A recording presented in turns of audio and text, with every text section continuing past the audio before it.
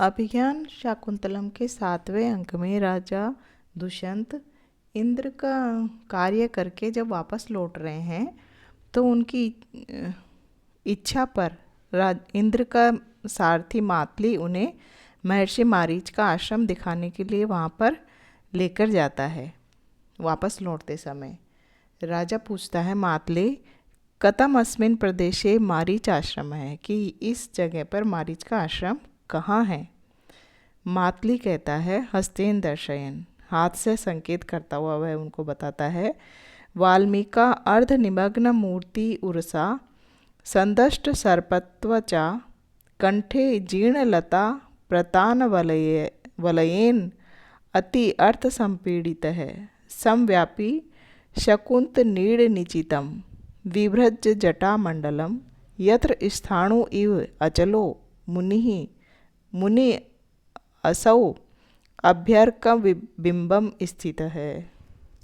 वह एक अत्यधिक कठोर तपस्या करते हुए एक ऋषि का वर्णन करते हुए मातली उन्हें बताता है कि आश्रम कहाँ है। तो पहले वह एक कठोर तपस्या करते हुए ऋषि का वर्णन करता है कि वाल्मीका अर्ध निमग्न मूर्ति उर्सा संदष्ट सर्प त्वचा, कि जिनका आधा शरीर वाल्मीकि यानी बाम्बी से दबा हुआ है और सांप की जो बाम्बी होती, सांप जहाँ रहता है उस बाम्बी से दबा हुआ है जिनका आधा शरीर, और सर्प की त्वचा उसके लिपटी हुई है। सर्प की जो कैंचुली होती है वह उनके वक्षस्थल पर लिपटी हुई है। कंठे और गले पर लता तंतु के घेरे बने हुए हैं, पुरानी लताओं के घेरे जिनके कंठ पर बने हुए हैं और जिससे वह अत्यधिक पीड़ित हो रहे हैं, और अंसव यानी कंधों पर फैले हुए हैं शकुंत नीड़ पक्षियों के घोंसलों से व्याप्त है जटा समूह, जटाजूट जिनके शकुंत नामक पक्षियों के घोंसलों से व्याप्त है, मतलब कि जटाओं में जिन पक्षियों ने घोंसले बना रखे हैं ऐसे, और ठूंठ के समान निश्चल है, जो बिल्कुल स्थिर है, जो बिल्कुल जिनमें कोई हलचल नहीं हो रही है, ऐसे मुनि जहाँ पर सूर्य की ओर अभिमुख होकर सूर्य की तरफ देखकर खड़े हैं, स्थिर खड़े हैं, बिल्कुल समाधि में, यहाँ वहीं पर है ये मारीच का आश्रम, यहीं है।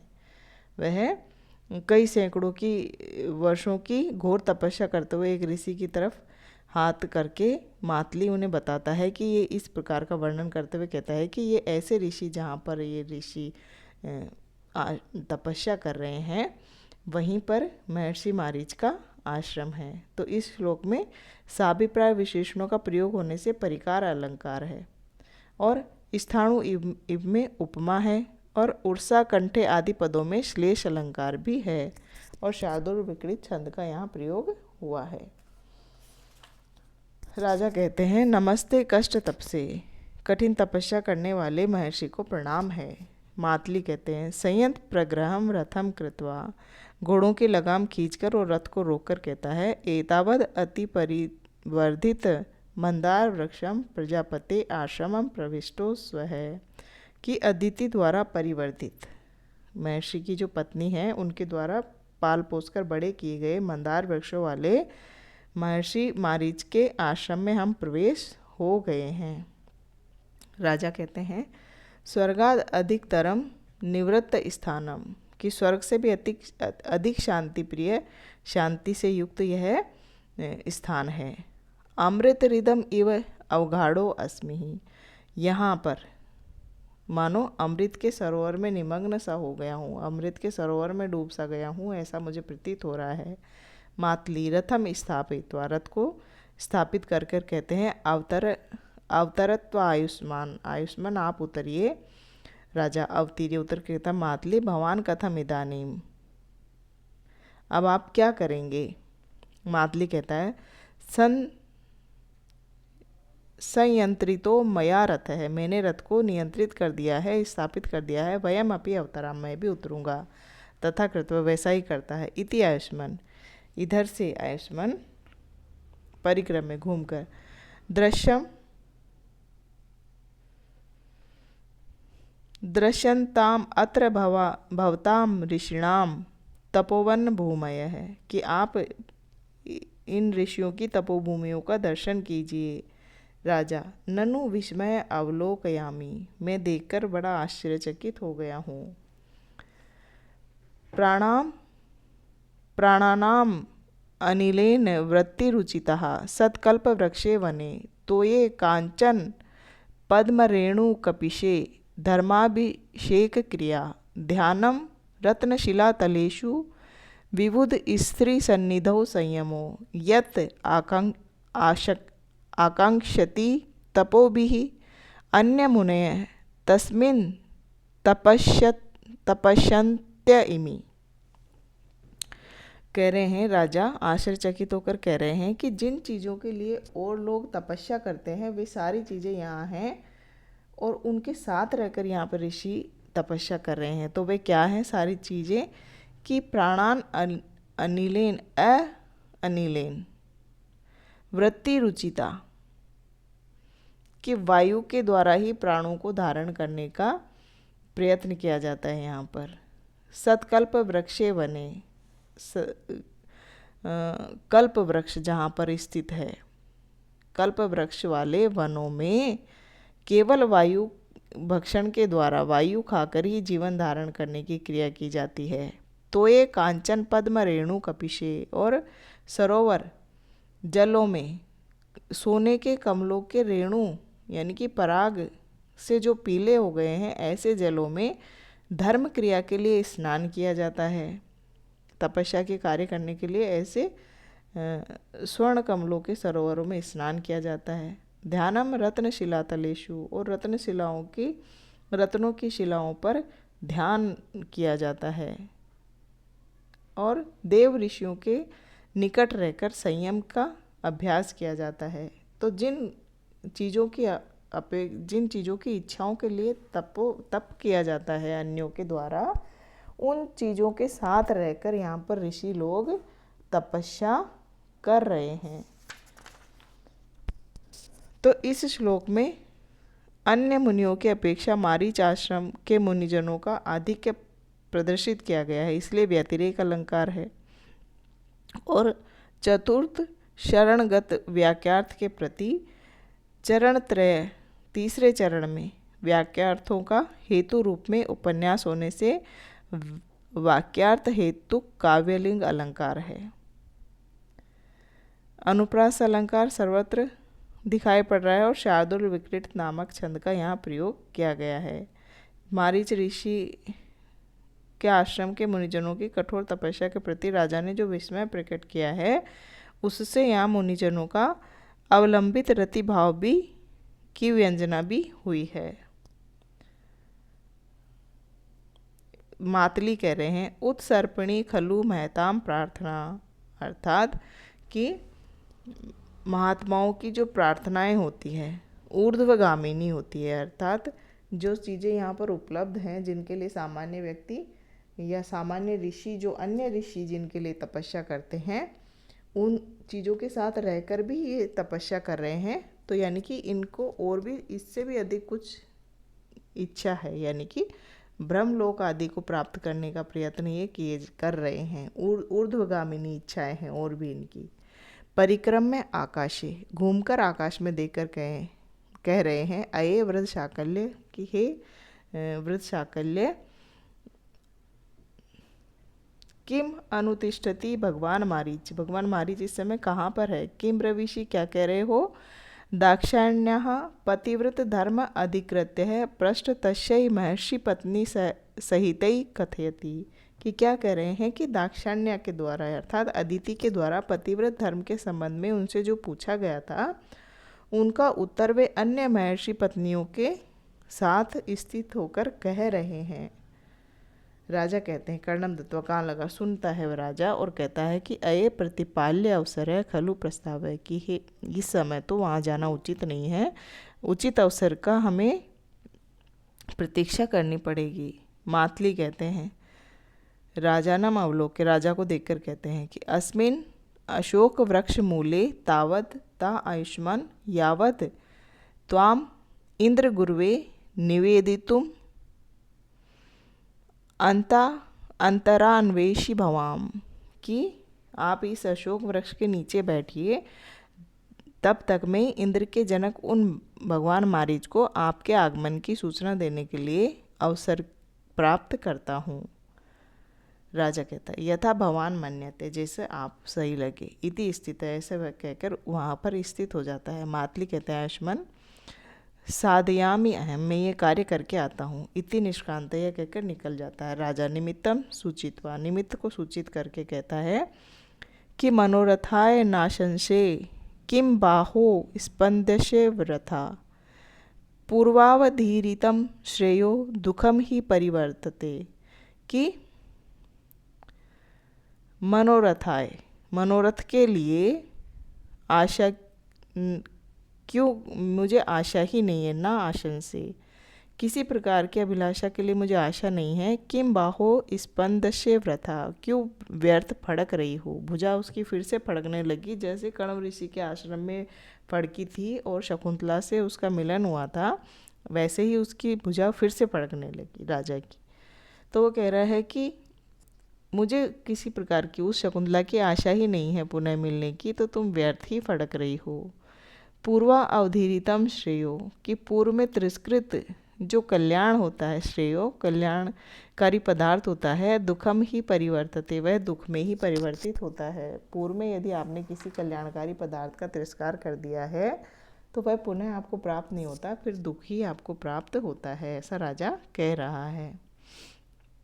नेपथ्य से आवाज़ आती है, माँ खलु चापलम कुरु, कि चपलता मत करो, इतनी चंचलता मत करो, कथम गत एव आत्मन है प्रकृति, अरे यह तो अपने स्वभाव पर ही आ गया।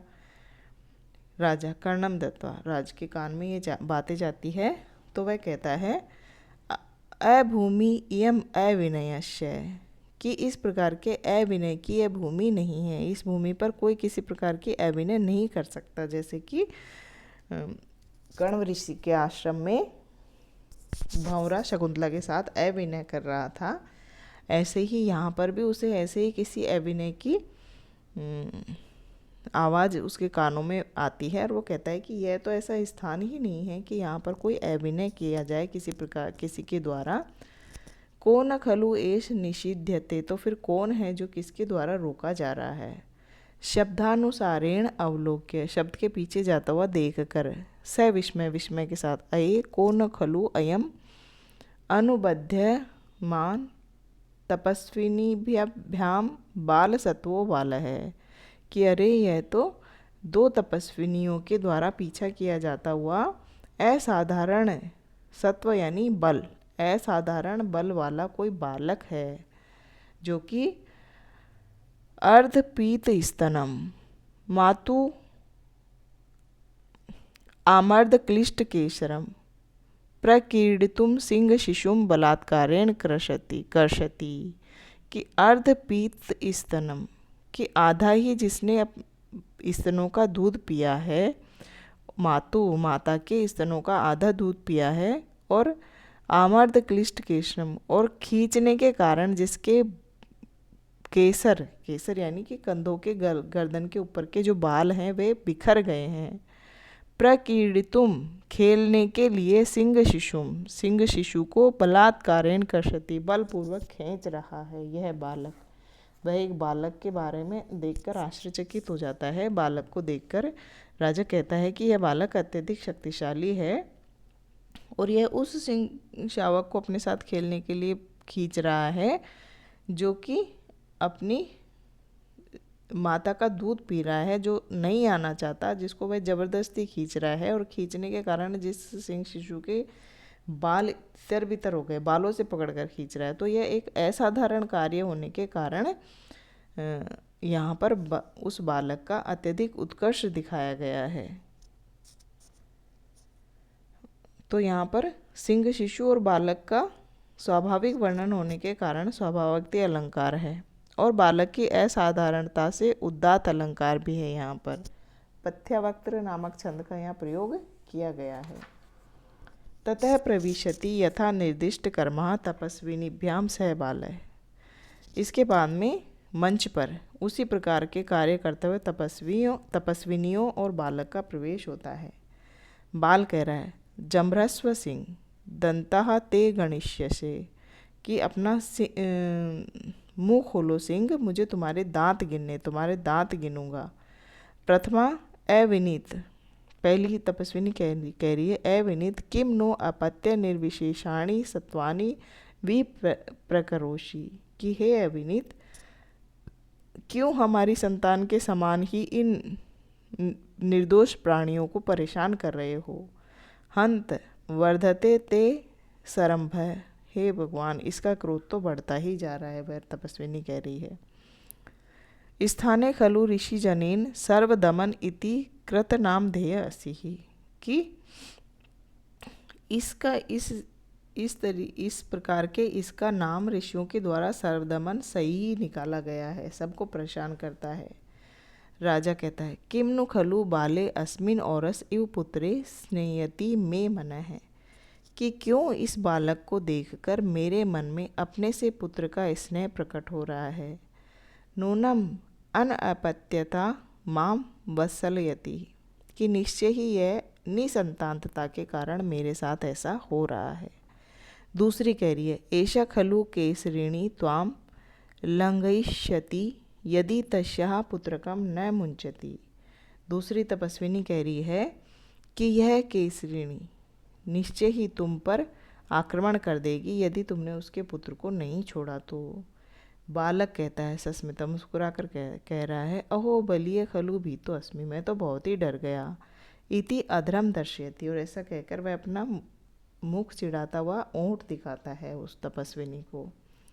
राजा कह रहे हैं, महत तेजसो बीजम बालो अयम प्रतिभाति में स्फुलिंग अवस्था वन्नी एधापेक्ष्य इव स्थित है, कि महत तेजसो बीजम, बहुत महान तेज का बीज स्वरूप यह बालक मुझे प्रतीत हो रहा है, किसी बहुत बड़े तेज का बीज है यह बालक। और स्फुलिंग अवस्थया, चिंगारी की अवस्था में यह वन्नी, ईंधन की अपेक्षा रखते हुए वन्नी के समान यह मुझे प्रतीत हो रहा है, अग्नि के समान प्रतीत हो रहा है। यह बालक ऐसा लग रहा है किसी बहुत महान तेज का बीज है, और जैसे एक चिंगारी ईंधन प्राप्त करते ही प्रज्वलित हो जाती है, वैसे ही यह बालक इस अवस्था में अत्यधिक तेजस्वी होने वाला, आगे जाके बहुत पराक्रमी होने वाला प्रतीत हो रहा है।